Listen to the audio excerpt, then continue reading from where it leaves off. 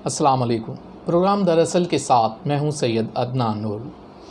और मैं हूं सुहेब फ़ारूक। आज हम बात करने जा रहे हैं इंडिया की जो मौजूदा पॉलिटिकल पार्टीज़ हैं,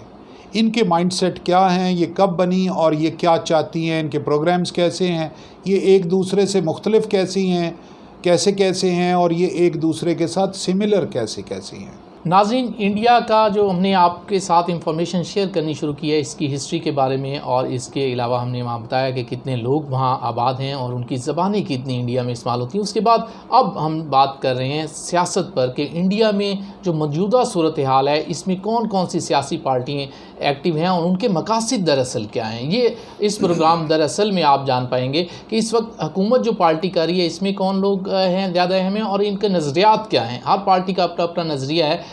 इन नज़रियात पर भी बात करेंगे, इनकी सियासत पर भी बात करेंगे और आप हमारे साथ ही रहिएगा प्रोग्राम दरअसल में। जी सुहेब साहब, ये बताइएगा कि इस वक्त हमने ख़ास तौर पर ये देखना है कि इसमें सियासी पार्टियाँ कौन सी ज़्यादा एक्टिव हैं। सियासी पार्टियां वैसे तो इस वक्त बहुत सी सियासी पार्टियां हैं और बहुत सी लोकल सूबों के लेवल पर ही मौजूद हैं और शायद टोटल सियासी जमातों की तादाद 100 से ज़्यादा है। लेकिन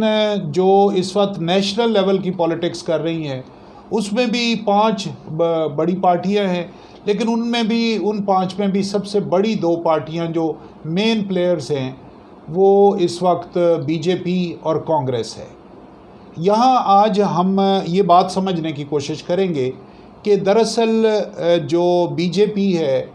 भारतीय जनता पार्टी, इसकी सोच क्या है और कांग्रेस कैसे चल रही है। जैसा कि आपको मालूम है,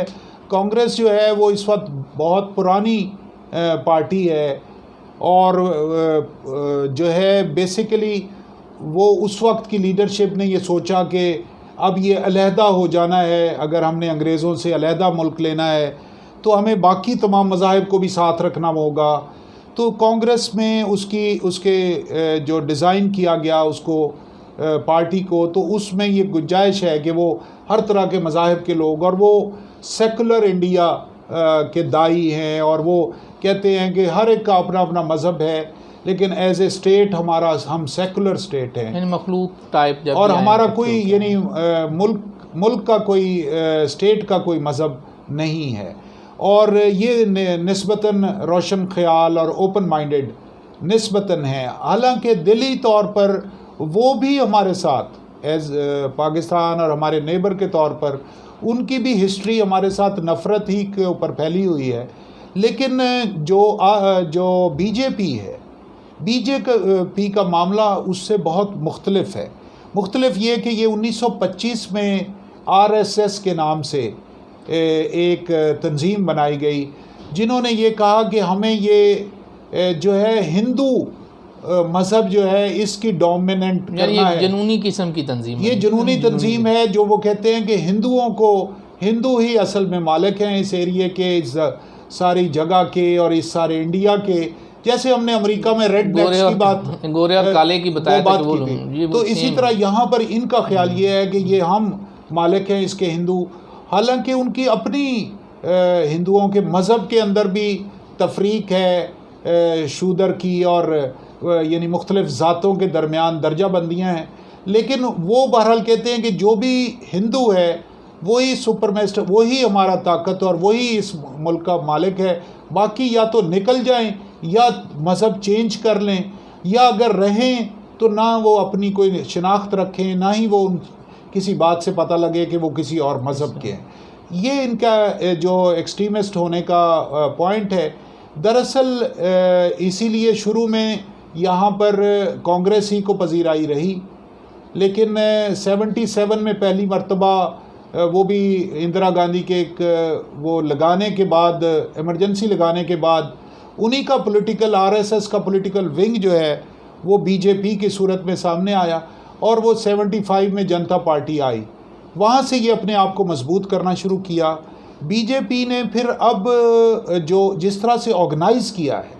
आपको सुन के हैरानी होगी कि इस वक्त तकरीबन 60 लाख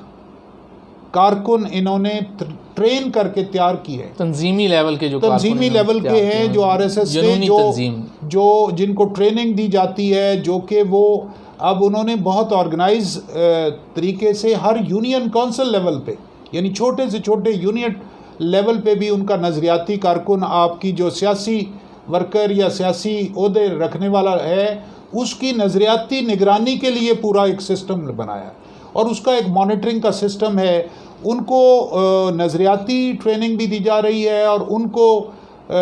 हिंदुइज़्म के अगेंस्ट बात करने वाला या आरएसएस के अगेंस्ट बात करने वाला, उसको दबाने के लिए फ़िज़िकली भी, यानी ये उनको गतका जो है और डंडों के साथ और निंजा और कराटे और गतका, ये इसकी प्रॉपर ट्रेनिंग देना उसमें इंतहाई ख़तरनाक है असल में देखें ना कि क्योंकि इस तरह की तंजीम बना के और उससे काम क्या लेना चाह रही है इंतहा पसंदी के जी, और ये ख़तरनाक साइड पर चल रहा है। ये ख़तरनाक ये है कि अब वो वहाँ पर ऐसा माहौल बना दिया गया है कि उनके ख़िलाफ़ कोई बात करना, उनके ख़िलाफ़ कोई जलसा करना, वो किसी ने जैसे ख़ुदकुशी करनी हो,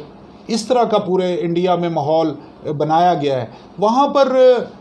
अब सर्वाइवल काफ़ी मुश्किल है। बाकी सियासी पार्टियां जो हैं अपने आप को ज़िंदा करने के लिए, यानी इन्हीं टेंशन के दिनों में ही मैं जो केजरीवाल हैं जो दिल्ली में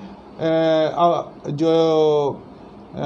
अवामी पार्टी आप जो है उसके आम आदमी पार्टी उसको जो पजीराई मिली है, मैं उस पर हैरान हूँ। शायद बात सिर्फ दिल्ली तक महदूद है। अब लोग उनके साथ अगर जाना भी चाह रहे हों या कांग्रेस से मायूस हुए हैं तो किसी नए अल्टरनेट की तरफ वो देखना चाहें, तो उनको बीजेपी के वो जो और आरएसएस के लोग हैं वो ज़हनी तौर पर खौफजदा रखे हुए हैं और कोई बड़ा फैसला करने नहीं दे रहे और निकलने नहीं दे रहे होंगे। जब ऐसी कंडीशन होगी कि आप पे एक बैठे हैं कारकुन कुछ इंतहा पसंद टाइप, तो कौन सोच सकता है कि ऐसी कोई हरकत करें। मैं बहुत माजरत के साथ हम पाकिस्तानी इसको एहसास कर सकते हैं। एक छोटा सा ट्रेलर उससे मिलता जुलता हमने कराची में देखा था कि कराची में एक हमारी एक पार्टी ऐसी आई थी कि उसके कुछ अरसा जब वो उरूज पे गए तो उन्होंने दिलों को जीतने की बजाय उन्होंने खौफ के ज़रिए भी एक ऐसा कर दिया बाद में कि वहाँ पर उनके ख़िलाफ़ बात करना जो है वो बहुत मुश्किल हो गया था। तो इस वक्त ये दोनों सियासी पार्टियाँ जो हैं वो बेसिकली उस जगह पर पहुँच गई हैं, वहाँ पर हैं कि कांग्रेस अपना इम्प्रेशन लूज़ किए हुए है कि ये मैनेजमेंट में फारिग हैं। दूसरा, सोनिया का उनकी जो है डेथ के बाद राजीव और राहुल की जो भी खौफ की फिजा है असल में, लीडरशिप में खौफ की। वो चूँकि उसके ऊपर ये इल्ज़ाम है कि वो गैर मुल्की हैं और मुल्की लेवल पे जो उनके कांग्रेस के बाकी लीडर हैं वो कोई उतने कद काट के अपने आप को बना नहीं पाए और स्टेट्समैन के लेवल तक उठ नहीं पाए, और वो बाकी जो कुछ भी वो है वो सिर्फ एक पपेट के तौर पर उनके बाकी लीडरशिप आ रही है। जबकि इनके अंदर अगर आप देख लें तो इनका अमित शाह को देखें, इनके तमाम जो भी एक एक लीडर को देखें, वो बेसिकली बड़ा उसमें अपने नेगेटिव ख्यालात हैं उसके या जो भी है, लेकिन वो अपनी जगह एक बहुत वाइब्रेंट और अपने नज़रियात के ऊपर बिल्कुल वाज़े, और वो माशरे में क्या है, इंटरनेशनल प्रेशर क्या है, ये बातें उनके नज़दीक कोई अहमियत नहीं रखती। यानी वो प्रॉपर एक तंजीम के लेवल पर आ रहे हैं, वो सही वर्क करके आ रहे हैं, यानी अपनी गवर्नमेंट को जो परसू कर रहे हैं और उसको जो प्रेशर्स देते हैं, वो बेसिकली उनके नज़रियाती कारकुन जो है वो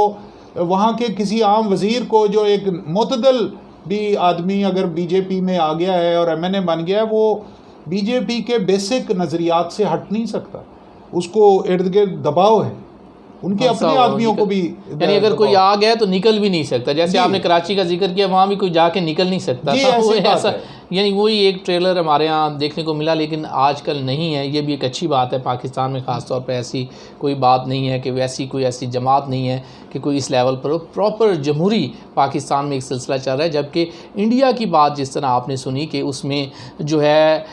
कुछ लोगों ने कैप्चर कर रखा है, बीजेपी टाइप लोगों ने जो जमातें बना रखी हैं अपनी मजहबी और तंजीमी लेवल पर, उस लेवल पर आके ये लोग जो है हुकूमत भी कर रहे हैं और लोगों को अंडर प्रेशर कर रहे हैं, और सिर्फ इस वजह से कि हिंदुओं की वहाँ आबादी का काफ़ी ज़्यादा, जैसे हमने अपने पिछले प्रोग्राम में बताया कि जहाँ 80% के करीब ये होंगे तो ज़ाहिरी बात है कि वहाँ इनका गलबा भी ज़्यादा होगा और उसी चीज़ का फ़ायदा उठा के वो किसी को ऊपर नहीं आने दे रहे। नाज़रीन और सामीन, हमने इस प्रोग्राम में कोशिश की कि आपको हम ये बता सकें कि इंडिया में जो मौजूदा सियासत है वो क्या है। बीजेपी के हवाले से भी और कांग्रेस के हवाले से भी हमने आपको बताया कि इनकी सियासत का असल में मकासद क्या हैं और किस तरह ये जमातें और किस किस्म के लोग इसमें शामिल हैं। आप लोग हमारे साथ रहिएगा। हम अपने अगले प्रोग्राम में नेक्स्ट वीक आपको इंडिया की मौजूदा सूरत हाल जो इसके बॉर्डर्स पर चल रही है, चाइना के हवाले से हो, नेपाल के हवाले से हो या आजकल जो कश्मीर के हवाले से भी, इससे हर बॉर्डर पर इसने झड़प भी कर रखी है, कहीं भी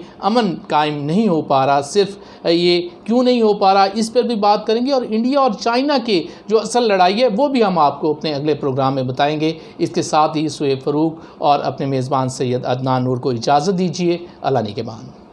अस्सलामु अलैकुम।